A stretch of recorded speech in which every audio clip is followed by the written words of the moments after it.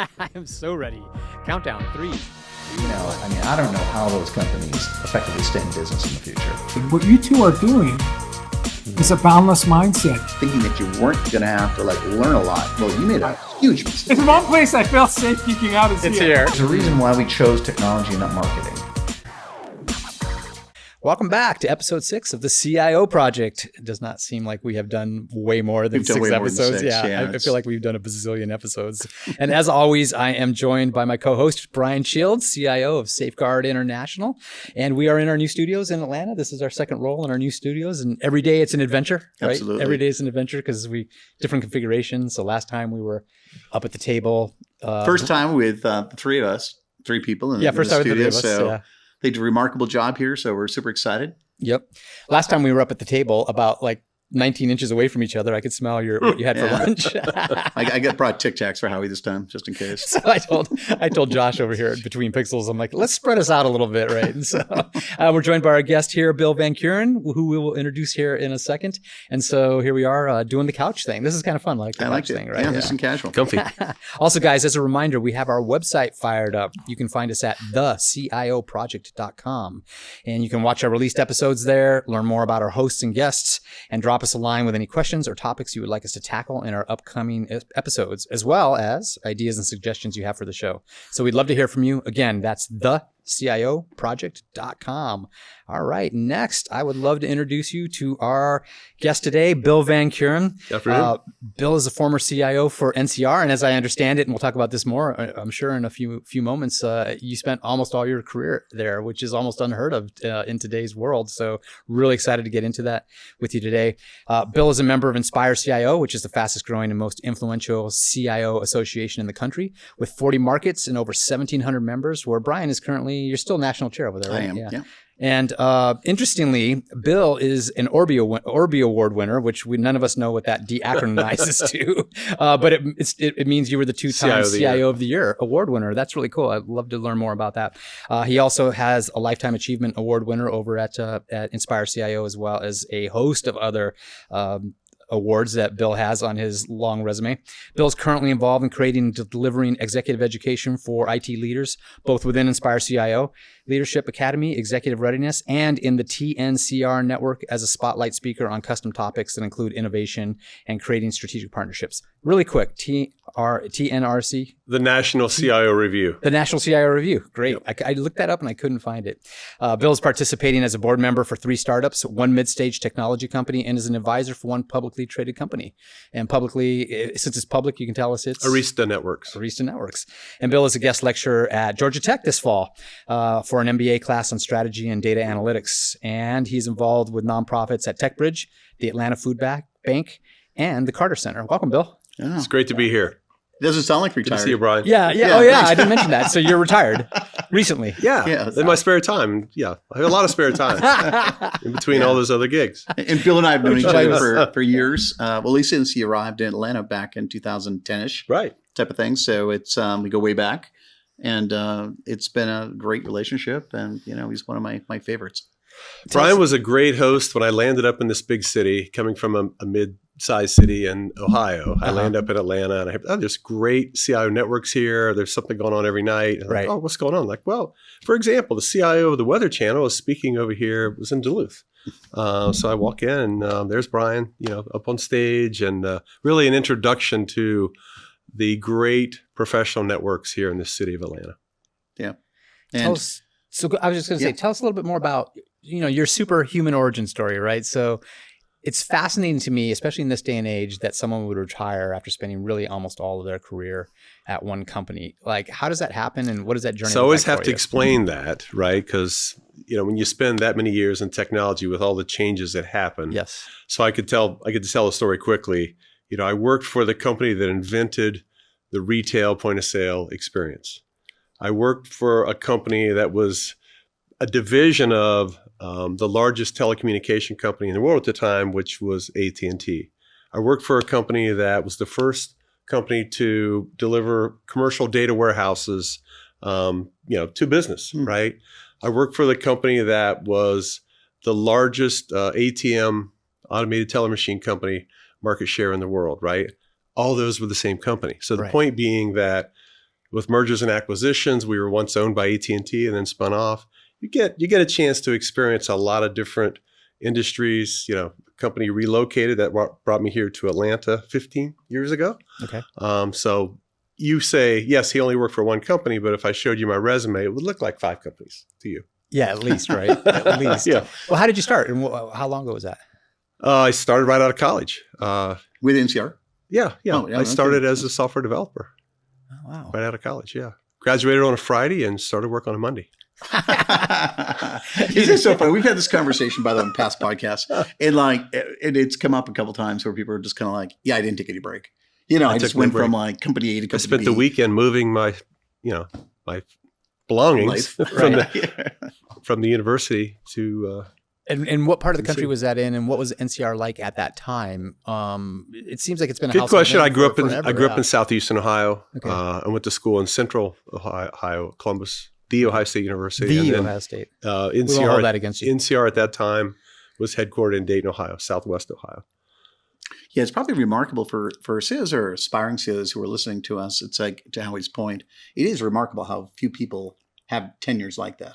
Even if even tenures of 8 or 10 or 20, 15 years are rare now. And it's funny because what Bill said, like, that's applied to me, not for as long duration, but when I think of my tenure where it's like the Weather Channel or even the Red Sox or these companies, I'm like one of those people who've been at companies for 8 years at a whack sometimes. Well, you were Weather Channel was 14 years, right? Yeah, but like Bill, it was like, it started off in like I remember the sort of our transition, if you will. We went from, the CEO would have said, we're a cable network. And we get there and I'm sort of like, yeah, I guess a little bit, but we have one of the largest websites in the world and other things. And we kind of went from being like a cable network to a media company when we started doing weather.com. And then we started doing probably early mobility, but also data and B2C. And then it was sort of, went to be a media information company, because we kind of recognized that technology was a driver for what we did to, we sold the business, at least the first time, we're a technology company. Right. And I think, that evolution, like a lot of companies, it keeps exciting, right? It keeps it interesting and novel. And I think, you learn a lot and you understand the culture and you know how to sort of evolve it from, point A to point B. Yeah. And to his point, when you're the CIO, you're expected to evolve, adapt, be innovative, lead, like grab the next wave of, geez, how many waves of technology change have we seen? There's no end to it. Right. So the ability to change and lead through tumultuous times, really important. There was never a year I felt like I had guaranteed employment. Every year I felt like I was fighting to keep my job. I was fighting to make those stretch objectives and deliver all that I could to enable the business. Isn't that funny? Would you say though, I want to get back to what you're going to say though, but would you say that feeling of always kind of fighting to keep your job, was that self-imposed, or did you feel that from the corporation? I was my own worst critic. Yeah. I was always disappointed in the annual performance review because you didn't realize it did all this stuff and this is all you've documented. So I think it's probably inherent. Same thing. Yeah. Set high expectations. I've never had yourself. this conversation with another CEO. I've never had this exact. It's interesting because the reason I wanted to ask you that is because what I have observed over the years is that high achievers put way more pressure on themselves than is actually placed upon them by superiors. Yeah. Well, I think, what it is too, it's like you can never get done all the things that are on your list, right? And so, we all set high goals in terms of what we want. Especially in IT. No, yeah, absolutely. And things take longer than you expect. And, and while you're doing all this, things are changing. Yeah. It's evolving rapidly, obviously. And I think for all of us, for many of us at least, I feel like the challenge is like you finish a year and I guess I always felt like good, not great. Right. Or I'd be like, this is some years I'd be like, that was a really good year, but I still wish I got this done. And so I know what you mean. Like you never kind of felt, it's maybe unfortunate a little bit. Good is the enemy of great. Yes. Right? You're always aspiring for this excellence and it's okay, but it's not great. Yeah. Did either of you ever finish the year or ever get to some juncture and just go, man, I killed it? Yeah, I have, but I have on a major thing, like some of your ERP stuff. We'll get there. We'll get there. Coming back to ERP, it killed me, not the other way around. Yeah. I had a couple where I was like, we did something semi-remarkable, that you kind of felt like, wow, that was a big moment. Mm-hmm. Yeah. It's funny. I told somebody it's a little bit like, taking a finals and then like the next day I sort of feel like psychologically you take it off and then the following day you're starting over again.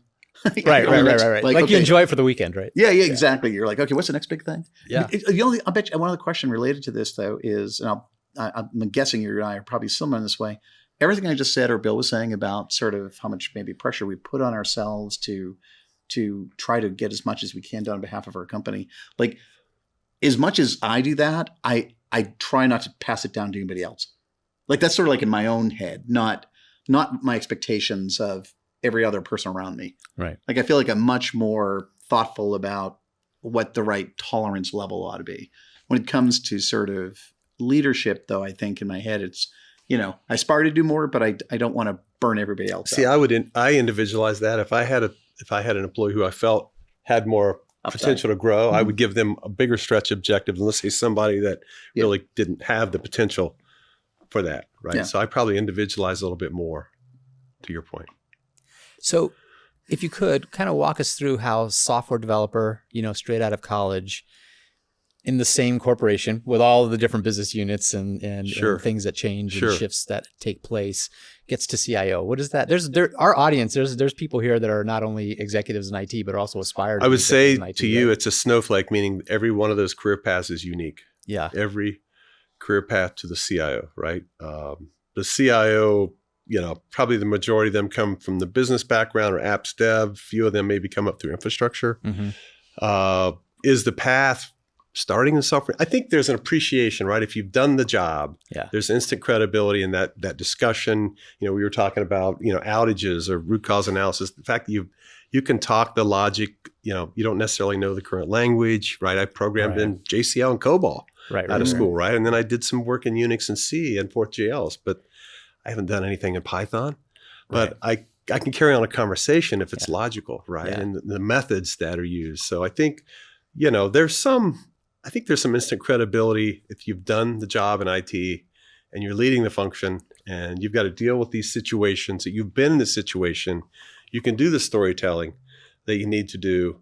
And particularly if you need to let the air out of the room, if there's conflict or somebody feels like they really let you down or let their organization down, you can share hey, you think you messed up? Let me tell you about this time that I deleted all the production disk arrays. You can tell these stories to just, add credibility, but also humanize the situation, right? And be an authentic leader that I've done the job, but I don't know it as well as you do now because you've got more current technologies. How important do you think it is, in sort of a IT team of different sizes to have sort of that as a background versus something like, they came from maybe from the business? Do you feel like it resonates more kind of with your colleagues? I guess it depends on the audience, right? I think for me, coming up through the tech side, I spent a lot of extra time learning the business, taking job rotations, getting my MBA, wanting to go visit the locations, whether it be a warehouse or a call center, so I could live in the business. So for me, I think it's a balance, right? I think you have to have some technology experience, acumen, and then have the business acumen, the business experience. Look, this, right? Sitting at the table, you're sitting at the table with leaders. You've got to talk their language, and it's a language of business, not techie talk. Sure. So to me, it's just a really fine balance. It's interesting. We were talking at a former podcast. We were having a conversation very much like this, and we were commenting that, if you go back, I'll say 20 plus years, 20, 25 years, your comment about, like it would have been like table stakes for like, if you want to be a CIO, the very first thing people said to all of us was, you got to learn the business. You must understand, the business, understand the inner workings of the business, to your point. We'd understand every department, how they functioned, how process flow worked, our customers, how we make money, all these different things. And Howie and I were commenting recently that one of the things that is interesting is that I think CIOs, by the way, have taken up that challenge and done exceedingly well, successful ones, right? Like it almost has become sort of if there's one commonality among almost all of us, it's they've all learned that very quickly, which is don't shoot for the moon unless you're doing these kinds of things. The thing I would just comment on though, in the world today where things are changing so quickly, is that I think there's like a book to be written here that I think that same, whereas we have learned the business hasn't learned much about technology. And I think the challenge we're running into a little bit now with rapid change and adoption is that being able to operate at, call it 40,000, 50,000 feet, isn't really good enough anymore, because now all of a sudden it's like, well, what about the cyber threats? Oh, what about that? Yeah. What about generative AI? How's that going to affect us? Or what, They've learned enough to be dangerous, though, right? As a consumer, right, whether it be their iPhone or whether it be their chat GPT conversation, they've learned enough, even the way the smart home is wired. They've learned enough about connectivity, right? There's a network, there's an ISP carrier. They're vaguely from, but when it comes to enterprise complexity, end to end, like you were talking about, it was important for us to do all those job rotations to see the end to end. IT is the only role in the company, in my opinion, the CIO being the top of that pyramid, that sees the whole enterprise, the whole flow, the customer experience, right? From the time that a product is conceived, marketed, built, sold, fulfilled, maintained, collecting the cash, service, end to end, IT touches all of it. And this is what I teach in some of my exec ed curriculum, is you are uniquely positioned as a future CIO to be able to impact and understand all of that end to end. Nobody else can do that. Maybe the CFO understands the cash flow side of it, but the IT leader is the only one that sees the business flow, the customer experience end to end. So on that note, so you're doing some training, some executive training in this area. Tell us more about that. Well, look, 40 years in IT, 14 as a public company CIO, I felt like I still had something to give back, right? So I believe you really can't, you can't pay back in life, but you can pay forward. So with these remaining years where I'm staying active, I think some of my stories will still be relevant, right? So some of those stories have become cases that we use in exec ed, next generation leader, executive readiness, and some tailored mentoring that I would do from time to time if people seek that out. So I'm a situational leader. So I believe in teaching, depending on the situation, there's a leadership style that fits best, right? In the world of IT, if you're in a crisis, command and control military style is the most efficient. You know where the decisions are being made, and it's fast, right? Now, if you're over here innovating and you're building a new product, that style doesn't work, right? No, it's an abstract autocratic style doesn't work. You need support from behind and empowerment, right? So this is the extreme example, but it illustrates the point that depending on the situation you're in, right, there's no textbook answer, but there are some learnings that we have in our careers. Some of us have more learnings than others. We're going to talk about failures in a minute. Lots of sharing stories, right? It's our favorite segment. It is, lots of learnings there. But think about the IT function, maybe like some other functions, maybe like engineering.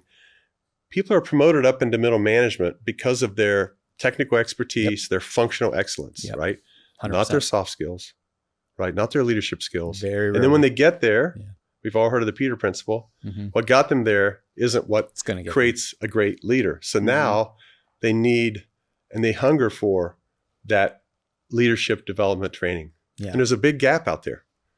And I would even add whether they know it or not. Yeah, well, being self-aware is part of learning. That's the first part, right? Yeah, right. Exactly. Yeah, it's fascinating. Hey, so when he was introducing us, he was talking a bit about sort of InspireCIO, and we're both been longtime participants and leaders in it, and we're both huge believers that, especially in the world that we live in now, that the more things change, the more you need to have that network. And you need to be able to kind of rely on these relationships to kind of help you grow and learn and adapt and evolve and things like that. So tell us a little bit about, so on the training side, you were just saying, so it's, talk about some of the details, I guess, within sort of the Inspire training curriculum and how it kind of has evolved.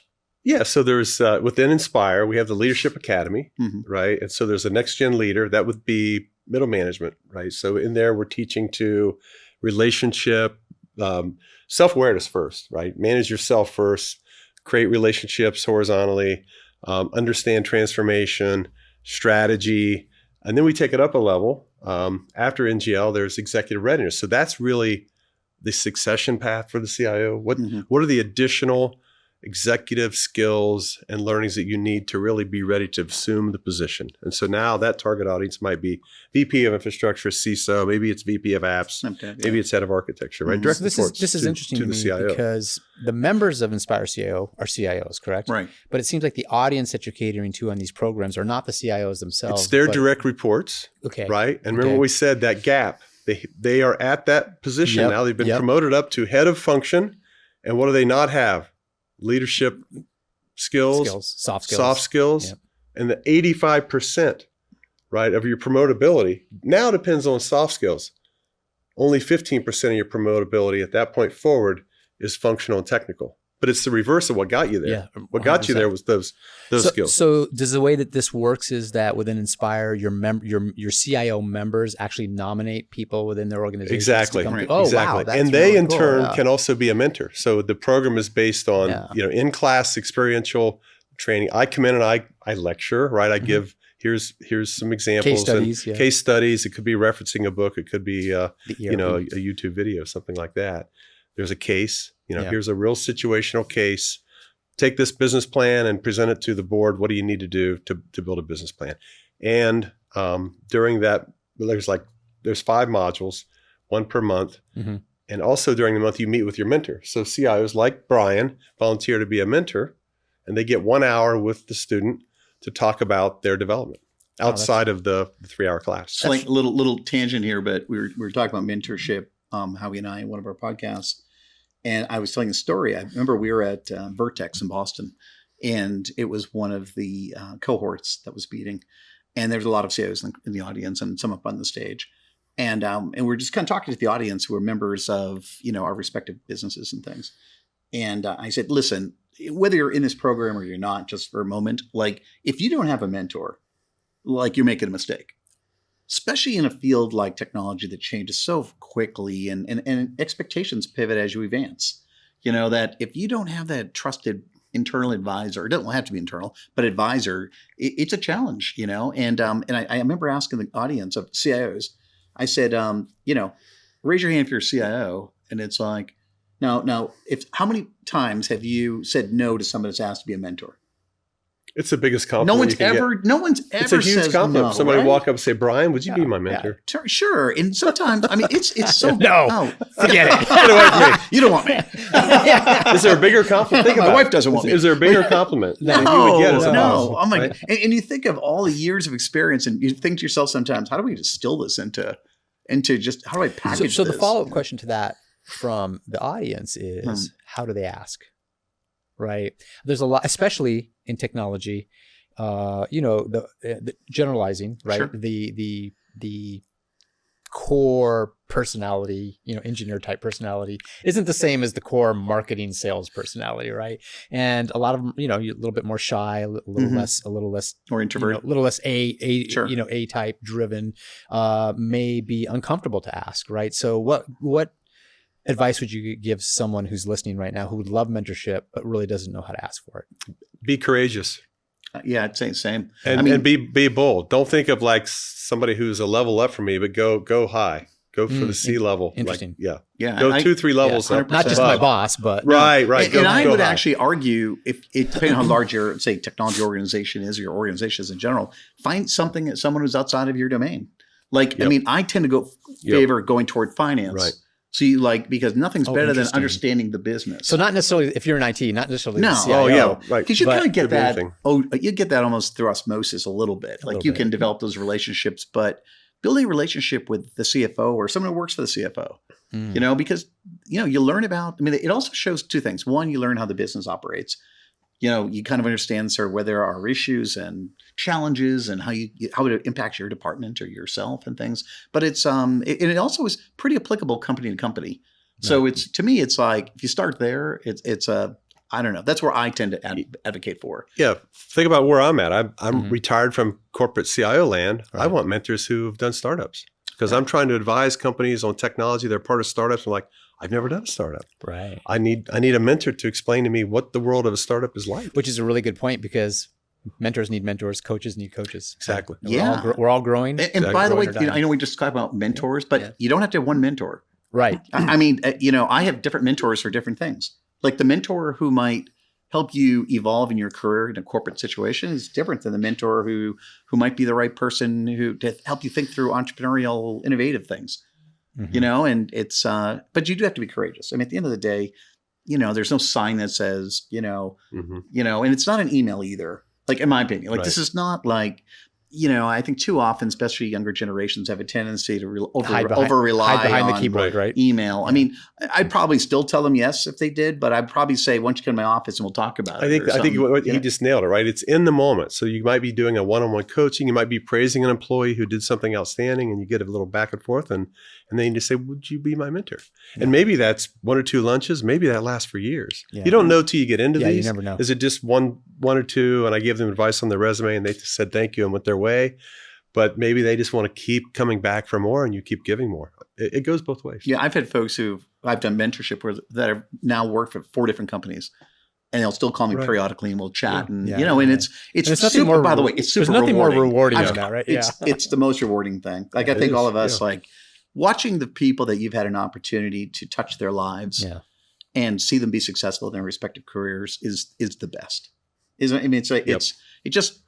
a certain personal satisfaction, knowing that you kind of and that they still remember how you made them feel. Not that you were the boss or you did how you made them feel. I got a call a month ago, and this particular female had left our company 7-8 years ago. She's been working for one of the big 4 consulting firms. She sends me a message through Facebook. We get on a call. She's like, I just got to tell you, you ran the best IT operation I've ever seen, and I've been in and out of multiple companies with my consulting role. Would you help? I'm ready to move on to something else. Would you help mentor me through this transition? I hadn't talked to this lady in 7 years. And that made me feel incredibly proud that she remembered me and had courage to reach out to me and ask for my that's great. My mentoring advice. We were talking, you and I, before about, like, I had one in my career, one in particular I think of in this case, Decker Anstrom used to run the Weather Channel as CEO. And he, in my mind, you categorize, like, people that have touched your life a little bit. He was the person in my mind who was all about how to be a caring leader. Because not all caring. Yeah, because not all leaders are caring leaders. Like, I've worked for a pretty wide variety. Some were, like bullwhip and whatnot. And some, they all motivated in different ways. They were all compensated in different ways at different companies.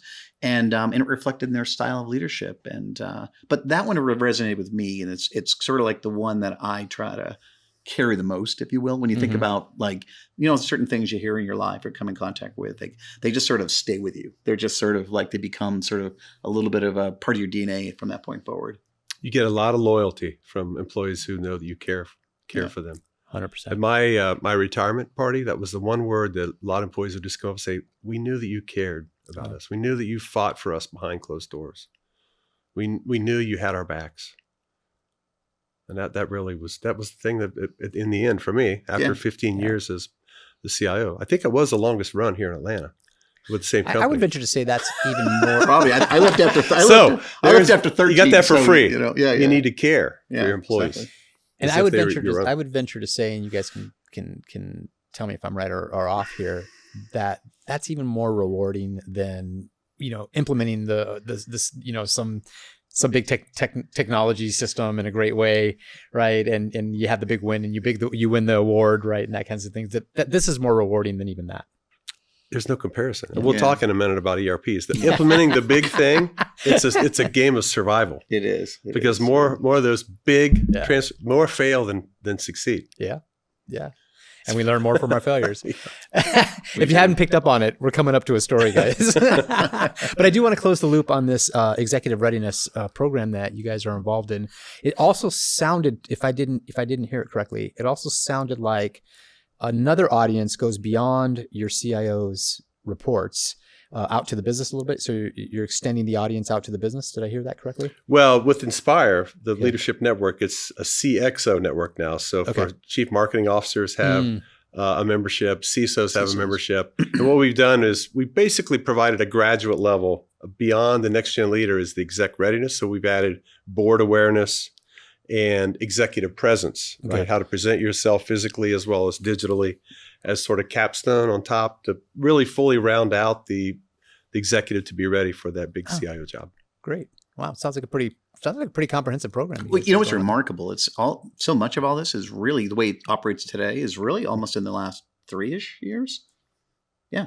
And remarkable, remarkable how much it's come together. How well it's come together and curriculum and teachers and people that want to lean in, like Bill and others, that just make it what it is. You know, so it's a very rewarding experience. I mean, I know all the folks that we put through to a person, they all give it like really, really high marks. That's great. That's great. We've all had somebody in our career that's helped us. Yeah. Now it's our turn to give back and help the next generation of leaders. Yeah, that's great. So for someone signing up, like if somebody was interested, a CIO was interested, it's not just about what am I going to get out of this organization. It's about what am I going to be able to have the opportunity to contribute. It sounds like, which is cool. It's a give to get. That's exactly right. So switching gears just a little bit. So 2 CIO of the Year awards from the same organization, the Orbies, which you don't know how to explain. So well, one was a lifetime achievement. So the Orbie is kind of the statue. It's like a globe. Yeah. Okay. So it's the Orbie. So it's like the orbit. It is. Yeah. We should bring one of these next time. It's orbiting. Should have. Yeah. I didn't know. Let's bring one. Yeah. Bill and I we're both CIOs Year of the Years in Georgia and Lifetime Achievements in Georgia. Yeah. So we have that in common. I never thought of that. Yeah. Yeah. So tell me about your awards. You got them for the first one, relocating a Fortune 500 from the Midwest to Atlanta. That was huge, right? Okay. Transforming the workforce, building a new culture here. Yeah. Landing close to the universities like Georgia Tech and figuring out how to help support the company transition to a technology software-based company. So that was, 2011. I think we moved the company in 2010. Yeah. And then when I retired a couple of years ago, I was awarded last year the Lifetime Achievement. So they're both Orbies, but sort of one was when I came to Atlanta, and then the other was when I was moving on to retirement. The greener pastures. 2.0. Semi-retired. Yeah, but you know what's great? I'll take the first one for a moment first, is the, Bill and I have been to so many different ceremonies, Orby Awards and things that, but the most remarkable thing about that award though is it's not I think a lot of people might look at it as personal recognition. It certainly is for like what you're able to achieve. It's one of the best team recognition awards you can think of, isn't it? Like, Absolutely. I mean, and you listen to people talk about kind of like how touched they are, to receive a award like this, and to be recognized. And they do such a remarkable job on the whole ceremonial aspects of it. And the event is so high caliber that I, to a person, everyone's always like comes away being like it means so much. I just think that it's wonderful for someone like Bill or I or others says. Yeah. But to me, it's like, it's such an accomplishment. The team, maybe the vendors you worked with, the partners. And they're there, right? The team is there at a table and you get to recognize them and they're part of it, right? Yeah. And you take the pictures afterwards. You're with your team. Yeah. It's not really an individual. No. And how many people, I almost know no one who gets up there, a few exceptions, who doesn't look at such a great opportunity to thank their family. Because, this job, oh man, like it's, you're just talking about the Friday night. It's not 9 to 5. Yeah. It's, it's, and it's, there's so many, ups and downs and so in the nature of our work that your families, you hopefully have a highly supported, family structure because it kind of takes a little bit of a army to kind of get you through there. I had all 3 of my sons at my Lifetime Achievement ceremony last year. Beautiful. And that was better. I only had 2 of the 3 at my retirement party, but I got all 3 there for the Orby. That's great. That's great. Yeah. I mean, to your point, Bill, weren't you talking about like all the production problem calls always seem to come on a Friday afternoon. Friday afternoon. Or in a month. Or in a month. Yeah, or in a year. It's always... Well, tomorrow's the 31st. Yeah, I know. So. I have flashbacks back tomorrow's in the Friday day. the 31st. Oh, my goodness. Bill was making the comment about a lot of CIOs have come out of more of maybe the app dev or, side of the business versus operations sometimes. I have so many flashbacks to end of year things back in the day where infrastructure wasn't quite as stable, and I just remember I'd say a quiet prayer before and then, nothing, please let nothing go wrong, 100%. Nonprofit work. So you're involved in several nonprofit ventures, right? Yeah. Techbridge is just huge in this town. I came from a community where United Way was huge. When I landed here, I found Techbridge was probably the one that could touch the most nonprofits in a way that got them up and running with technology, which was direly needed. Several others, Atlanta Food Bank, right now with what's going on with some of the things, with losing benefits, it's becoming a real need. So I'm really proud to be involved with Atlanta Food Bank for the past 5 years. What's your role? So I'm a donor. Okay. I'm a big supporter. I go to some of the events where we actually box food and ship it out to the communities. Uh-huh.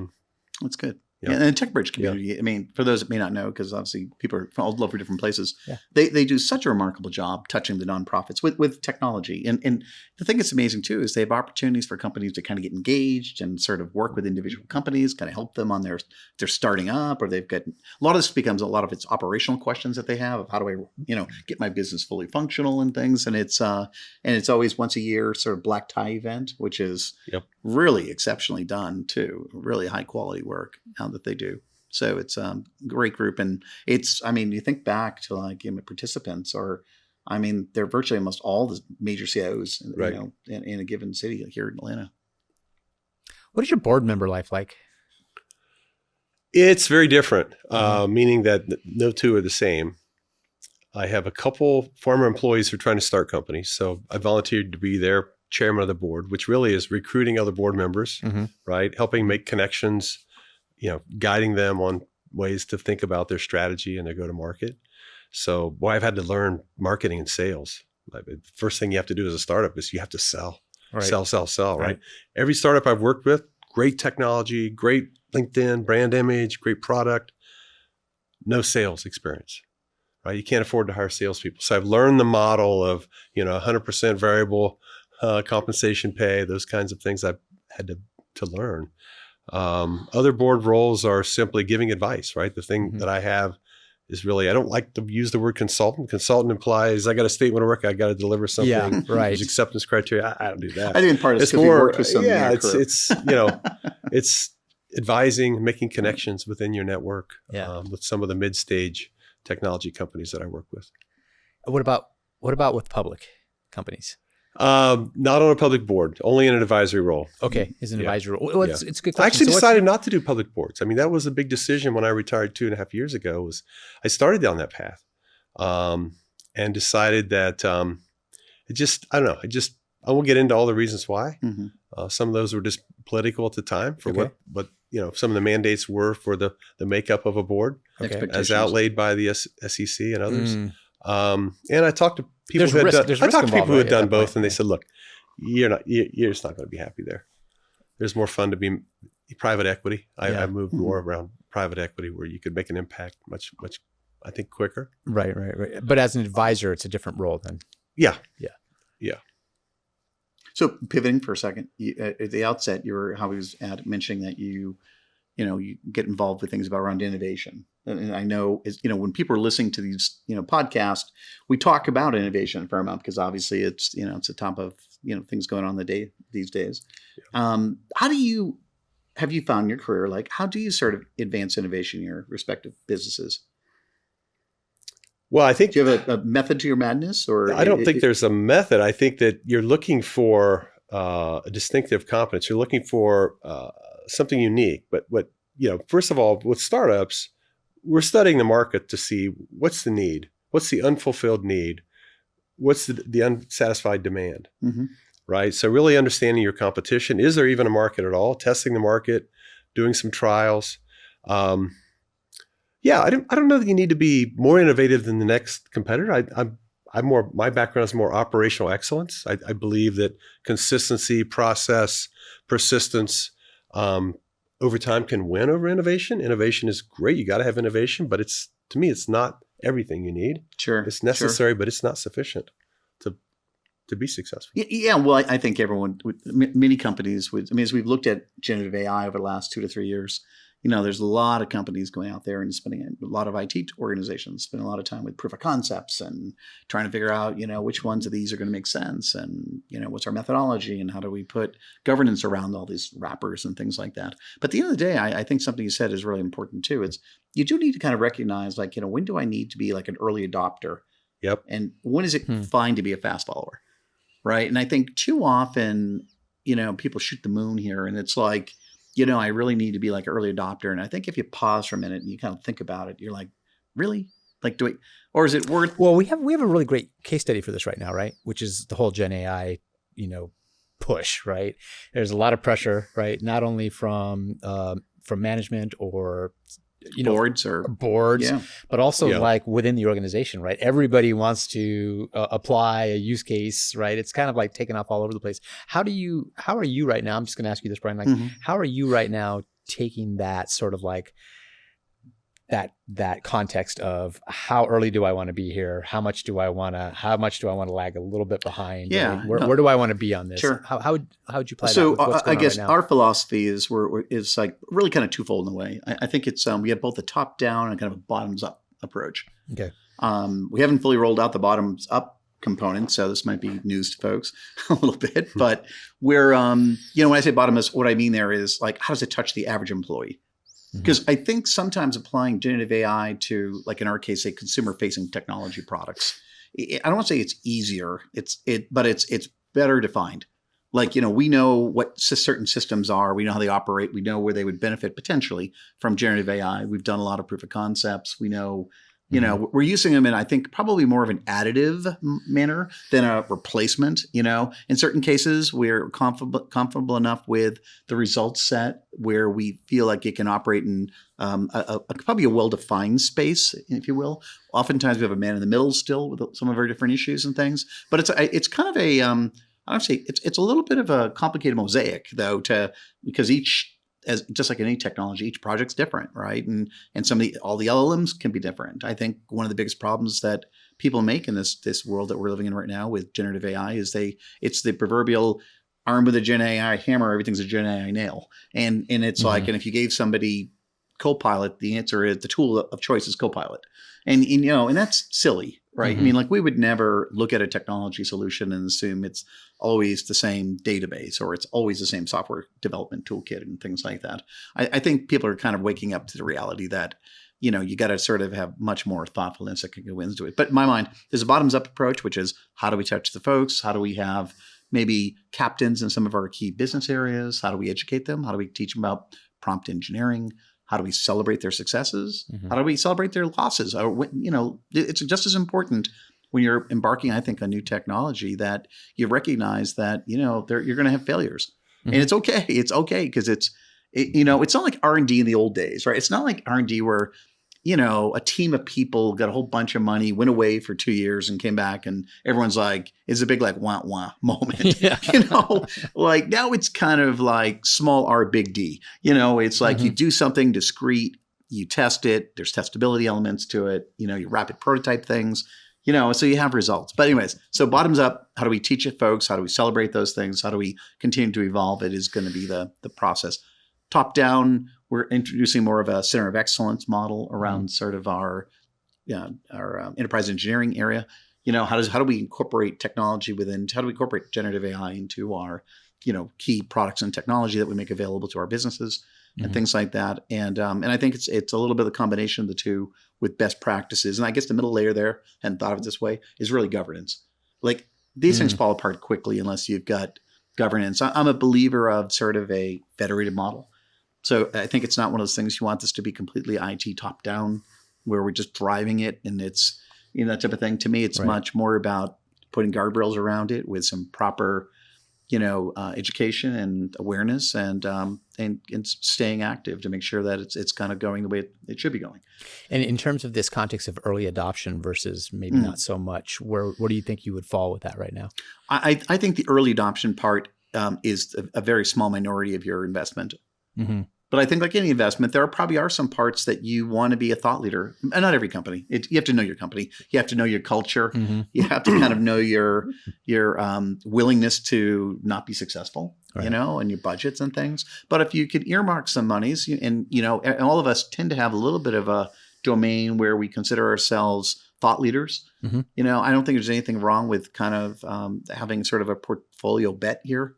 A little bit where you're putting a little bit on sort of some of the early stage things, some things on sort of the things that are a little bit more meat and potatoes, certainly with generative AI, you kind of can't go too far wrong right now with just gaining value through productivity. Like there's so much opportunity. It's such a target rich environment. Right. So you're looking for a business case.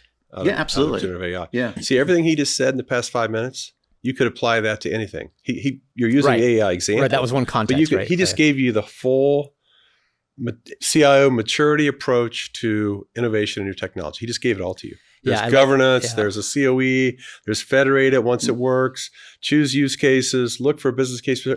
You can apply that framework he just gave you to any new emerging technology and it still works. Yeah.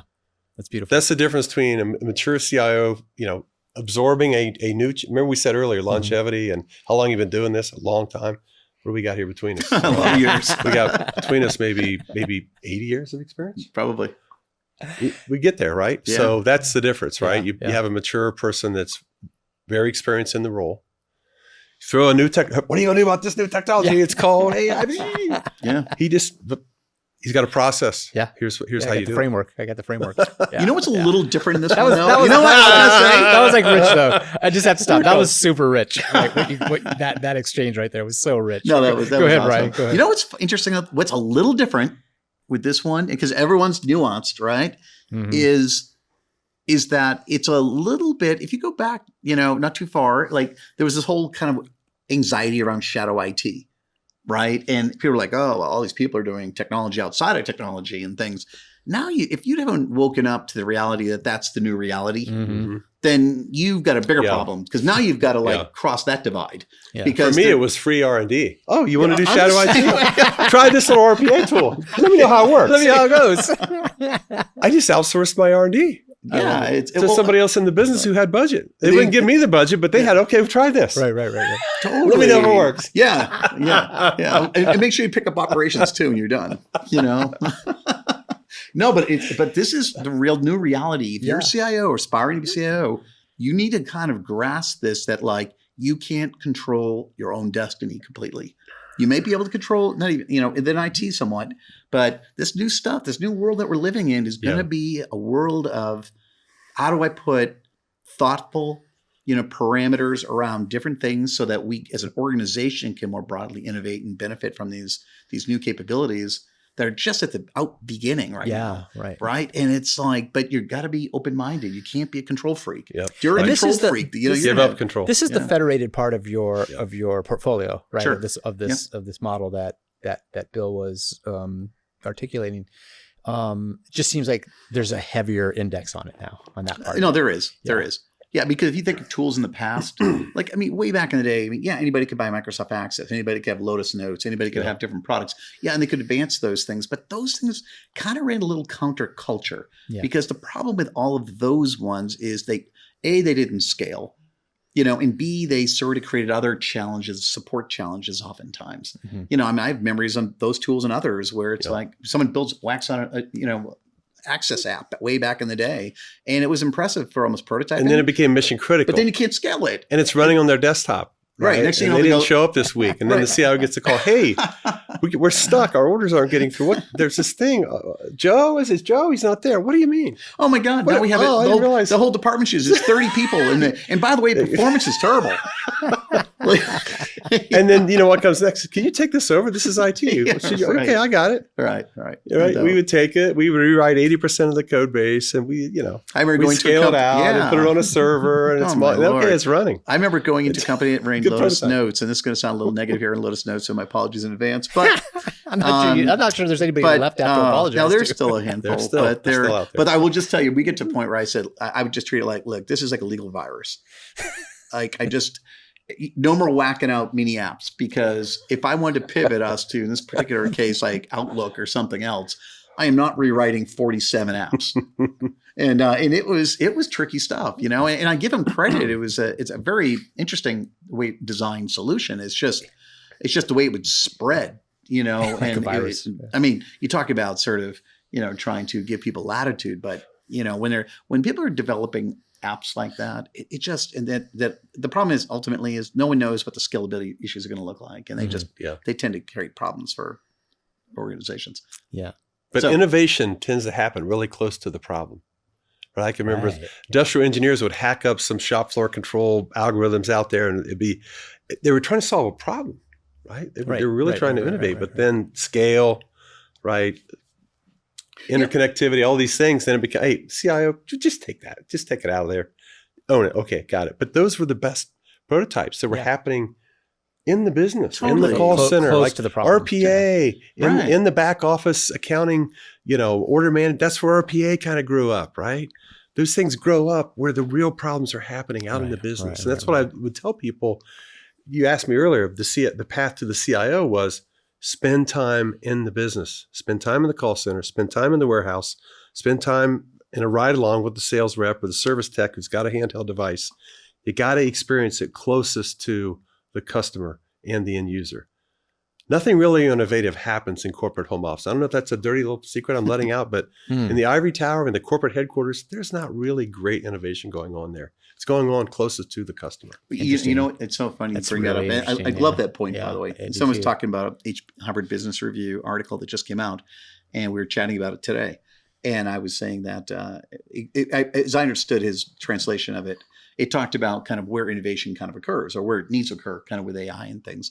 And I think this one, again, falls right in line with the way we tend to approach our portfolio today, which is, you know, I think too many CIOs also make the mistake of being focused only on highly strategic, big, hairy, audacious projects. You know, it's like, yes, there's always going to be the ERP project, but it's like, okay, what did you do this year? We worked on these 4 projects. Well, the problem in that world is like take ERPs. Here's the financial system, right? At the end of the day, yes, the finance people, when all that's said and done and shaken out and it works, the finance people are happier. To the rest of the company, the rest of thousands of people, they almost have no visibility into that, Mm-hmm. right? It's like, I think any effective CIO who does their job right needs to have a portfolio, again, spread across high strategic ones, moderate ones that advance certain elements of your business, and a lot of smaller ones that tend to have, you know, that are maybe a little bit more focused on productivity than they might be on sort of big major changes. Right. But I think what Bill says is really important, which is, you know, you don't, that lower area in general, like a lot of technology organizations don't know that area very well, right? Like, and I think if you take that same model and apply it to generative AI solutions and things, that's why it's so important to have both a bottom up and a top down model. Yeah. Because you need to kind of excite and generate enthusiasm at the bottom level, because that's where some of the best productivity gains are going to be, right? And yeah, at the top level, we can use generative AI to kind of, you know, build better businesses and better solutions. And at the middle level, there's corporate opportunities and things.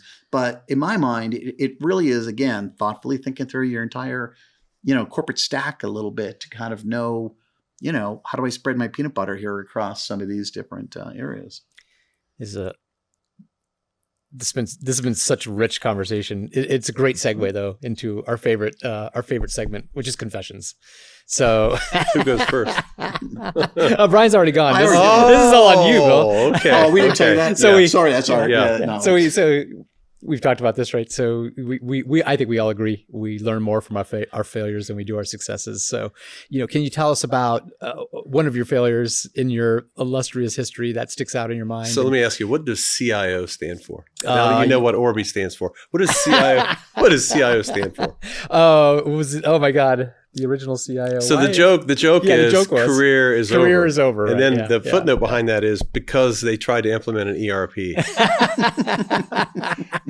And thus the ERP story. Yeah. Right? So I told you about Yeah. what I really enjoy is the giving back and the sharing of experiences to educate the next generation, right? Don't learn from my mistakes. I have a lot of ERP mistakes. I built a little piece of courseware. I did some research. More than 50% of ERPs fail. This is public. There's public information out there. There's some really funny stories. Remember the Air Jordan tennis shoe when it was everybody had to have the Air Jordan, the red and the black.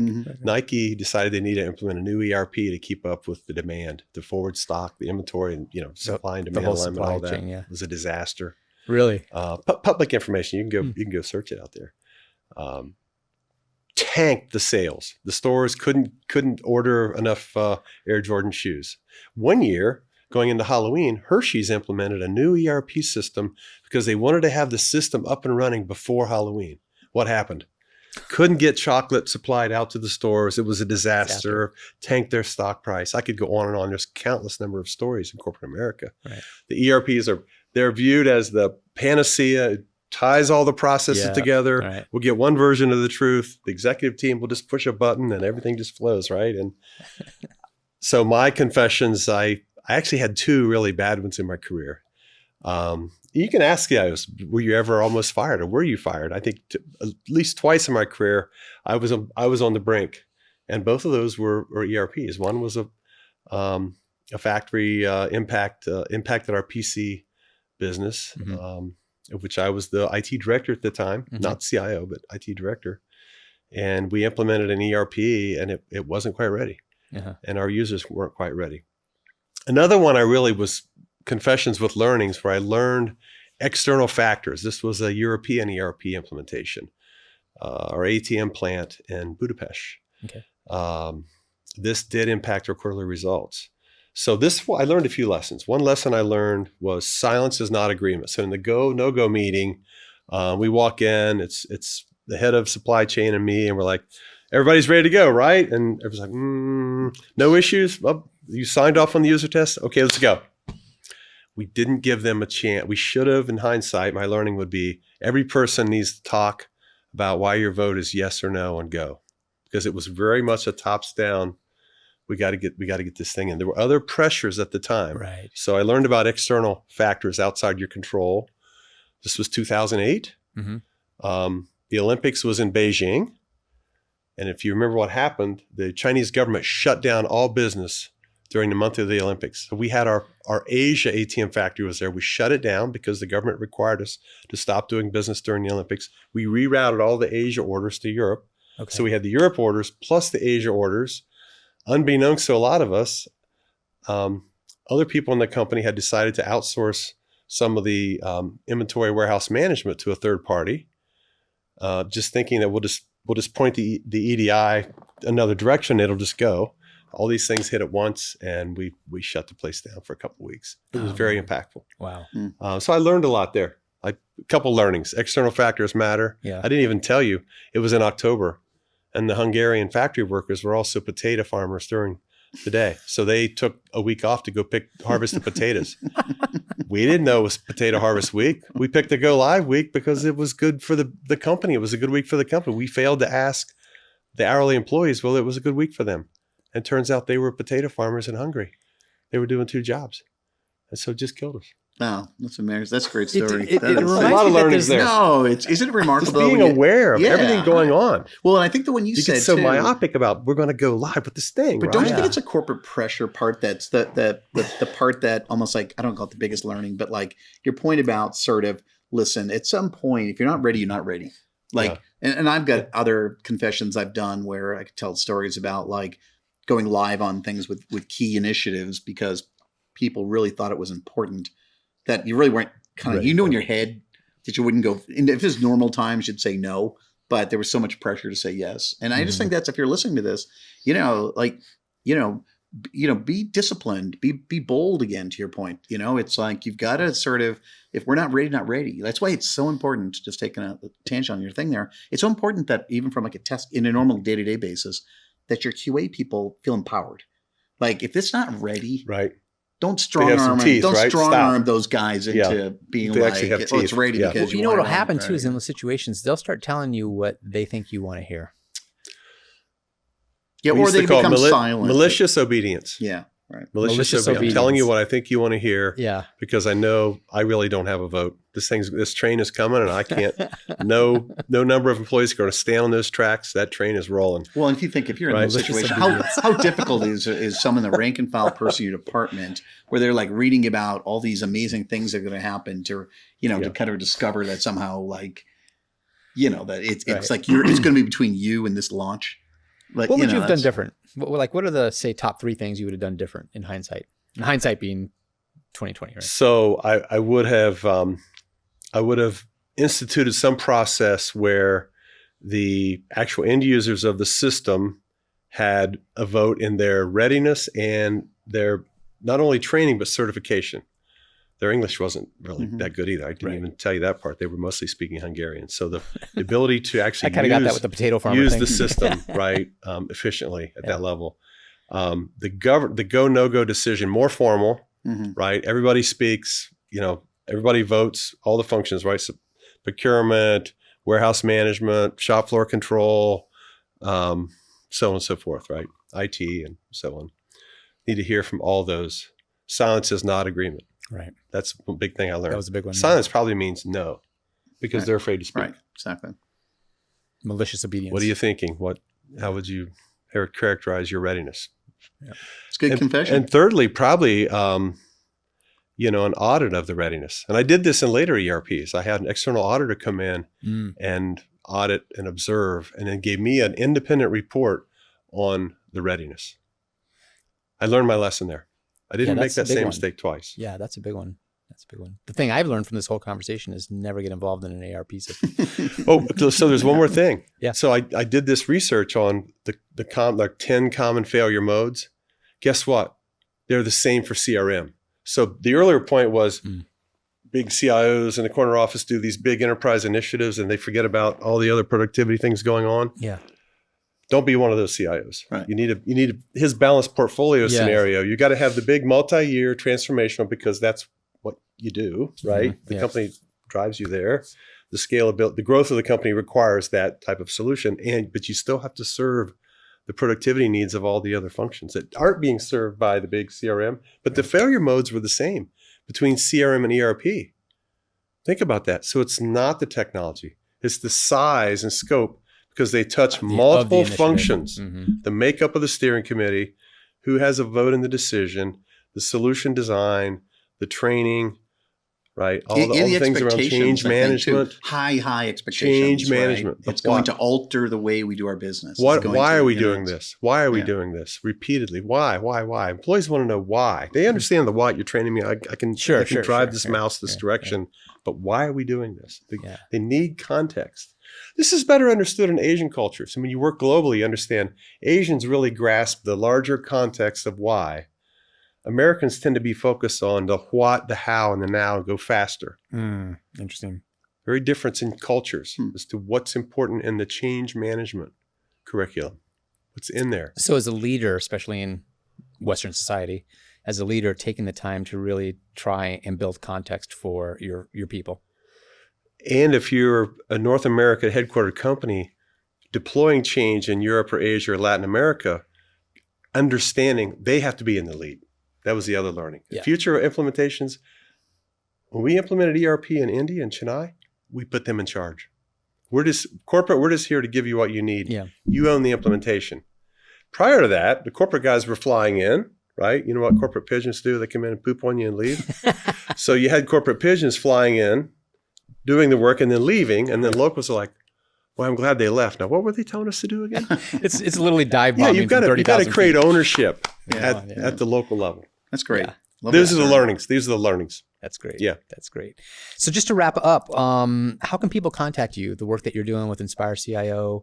How can they get a hold of you if they're interested in talking to you more about that? Or my LinkedIn.